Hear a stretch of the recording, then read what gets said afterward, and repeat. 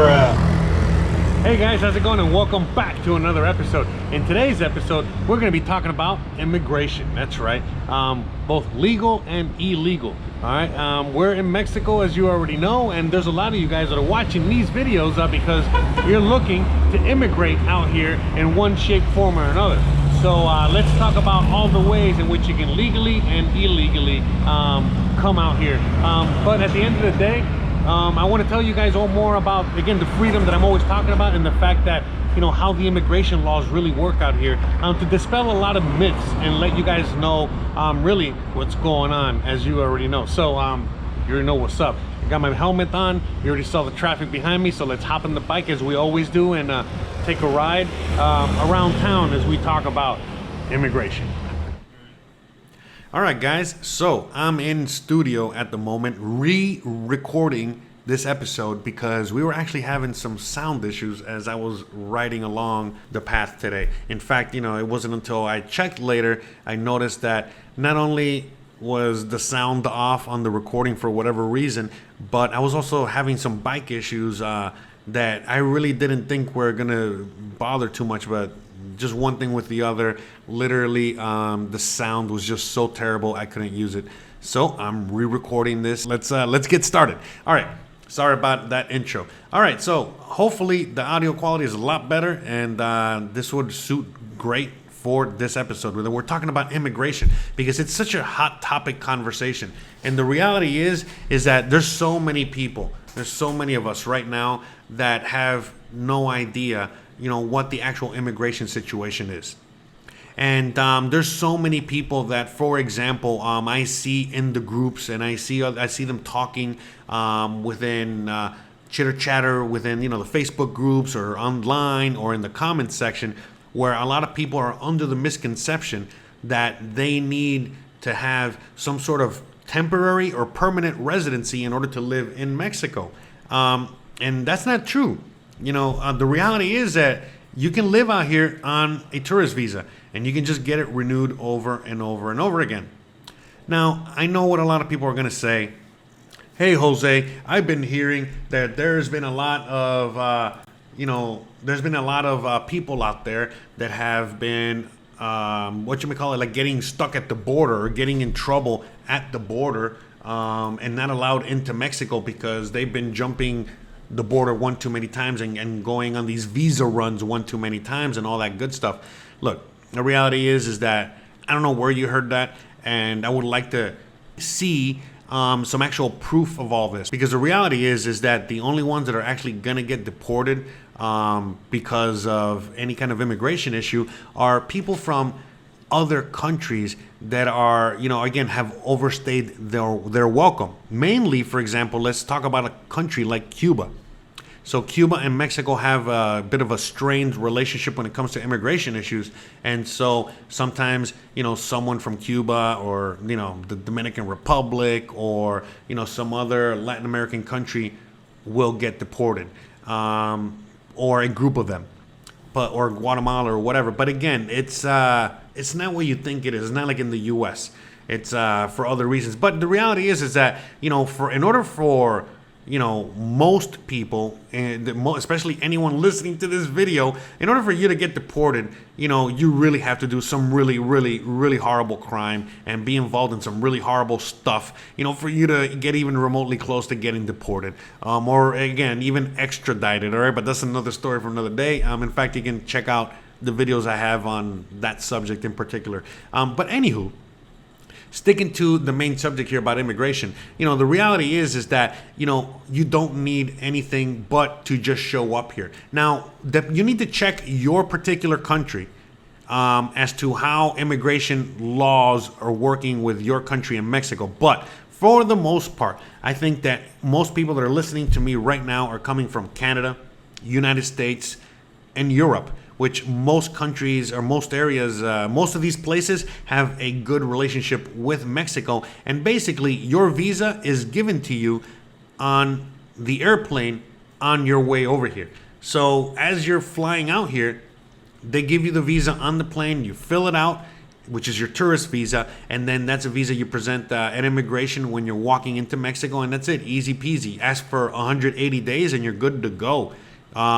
Now there's many visas, you can get the visa for just about any amount of time, but I would highly suggest you get your visa for 180 days. Better safe than sorry, that's the max. Now, like I said, you can get it, renewed in country. Oh wait, I didn't say that, have I? Okay, so that's like one of the new things that's going on now. In fact, let me talk about that now as we talk about the visas. So very recently, like in the last year or so, due to the virus situation, the immigration laws have changed dramatically in Mexico. Basically, you can renew your tourist visa here in Mexico. You do not, let me repeat again, you do not need to leave the country of Mexico and go into another country and then come back into Mexico in order to renew your visa. You can actually renew your visa in country, in immigration, in the immigration office. Now, it's going to cost you more money. Basically, again, you can get a free tourist visa by just leaving the country and coming back in, or you can pay for a visa, or again, pay for a tourist visa extension at immigration. Now, another thing that you can do now is that you can also apply for a humanitarian visa. All right, which is kind of like a tourist visa, but for a year. You can also apply for your temporary or your permanent visa here in Mexico. Yeah, you heard that right. A lot of people still under the misconception that the only way in which you can get your temporary or permanent residency visa is that you have to leave the country and that you have to go into a Mexican consulate outside of Mexico and apply from there and go through all the the whole situation there. And like a lot of you guys already know, that's an ordeal on its own. Meaning, depending on what consulate you go to, depending on who you talk to in the consulate, depending on so many factors, depending on the side of the bed that the immigration worker or consulate worker woke up on that day, well, it depends very much on whether or not you actually, get approved or not, or even get seen or what have you. So, there's a lot of things there. I'm not going to get too deep into that whole thing because I'm not well versed on that. There's other YouTubers and other people out there that are more well versed on getting your paperwork done in the consulate, which, by the way, I would highly recommend if you're in the USA, for example, or Canada, and you can get it all done there before you come over, and you plan on coming and being here permanently or on a semi-permanent basis, then yeah, go for it. Knock yourselves out. Again, a lot of you guys find it very, very, very easy to do it at the consulate. But for those of you guys that are having a lot of trouble at your consulate or trying to figure out what consulate to go to, or you're in the situation in which you're in a bit of a hurry to get out here for whatever reason, meaning you need to leave Dodge now, you can easily do so by, again, just doing so. Leave, do whatever it is you got to do to get out, and don't worry about the immigration status, because once you're in country, you can fix your immigration status no matter what it is and no matter what happens. Okay, and we'll talk about the laws on that later on in a minute in the Constitution. But before I digress, I'm glad I had to re-record this episode, because the reality is that when I recorded it, and then after I recorded it, I had a few issues with a few of my clients, and I had to, again, get back to my lawyer and, and sit down with him real quick and talk to him and figure out what's going on. Because again, things keep changing and there's just so much misinformation out there and there's just so much going on. So basically, I have had a few friends of mine, clients, what have you, that have gone to immigration. Because again, you can do this on your own. Or so I thought. So you go to immigration, and to get the process started of getting your temporary or permanent visa done within the country without having to leave. And when these people have gone to the immigration office, the immigration office says, no, you can't do that. What are you talking about? That's crazy talk. But the reality is that it's not crazy talk. It's that you need to push and push and push until you get it. Now, you can get it. Now, it's going to take a lot of teeth pulling, and it's going to take a lot of work and a lot of,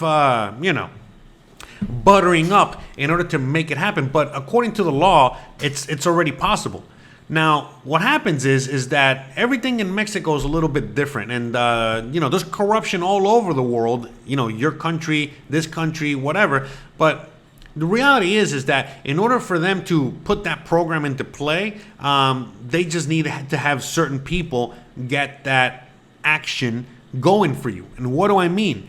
So you need to hire, the only way that you can get this going is that you need to hire a lawyer, you need to hire a specialist, you need to hire somebody. Not everybody, you just need to hire one person. But this one person has to have a relationship with the immigration office. And then they can, on your behalf, go out there, represent you, and basically get you your immigration papers, okay? Now, my friends that were out there, they basically said that they can get the tourist visa renewed on their own at the immigration office. But in order to apply and to get your temporary or your permanent residency visa in country, one would have to hire, again, a lawyer or some sort of representative in order to go and do this for him. Okay, do this for them, for you, for whatever.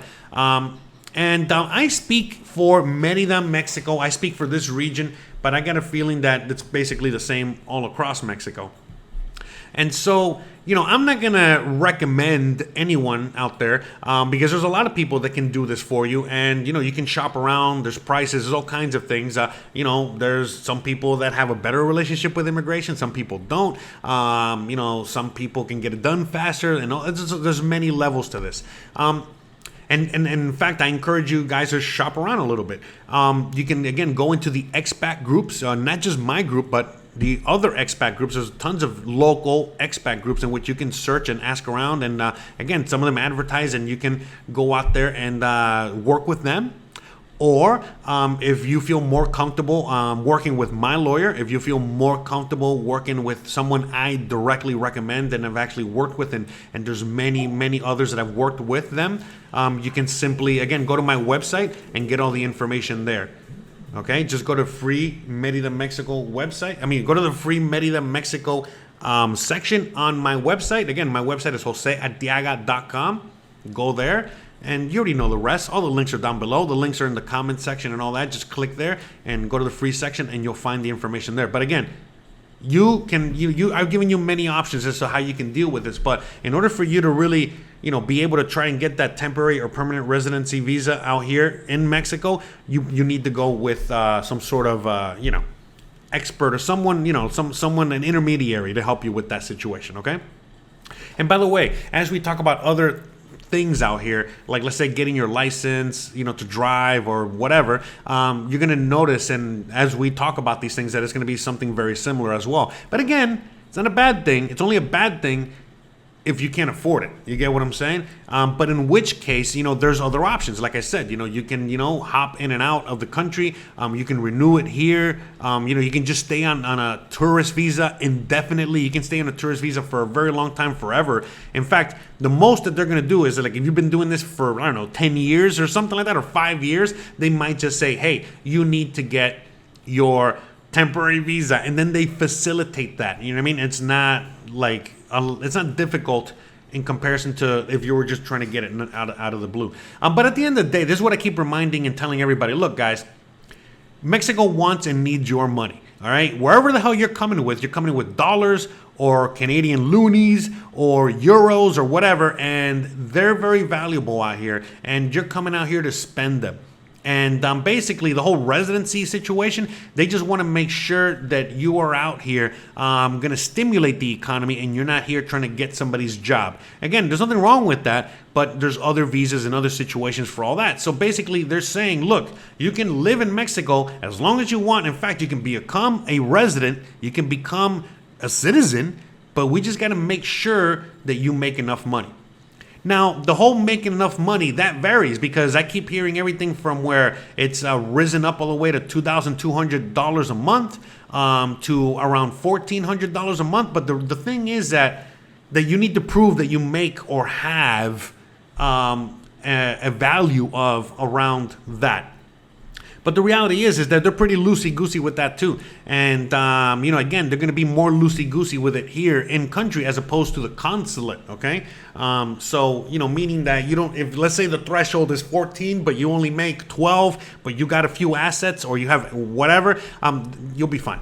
And just things like that. At the end of the day, they just want to make sure that you're making enough to support yourself and then some, okay? And the thing is that, remember, if your retirement or your monthly income from whatever it is, by the way, you pretty much automatically qualify if you're like on retirement or pension or something like that in a certain age. But beyond that, if you're younger, at the end of the day, if you're making, anything over $1,000, you got to remember that that's already more than a doctor, more than most professionals out here. So you're fine. And that's not, so for some, the reality is that, again, they want to make sure that if you're out here, you're stimulating the economy and not hindering the economy. You're starting a business, or you're building a business, or you're just here retired and spending money, whatever, as opposed to taking someone's job, taking someone's opportunity, taking someone's, food out their mouth.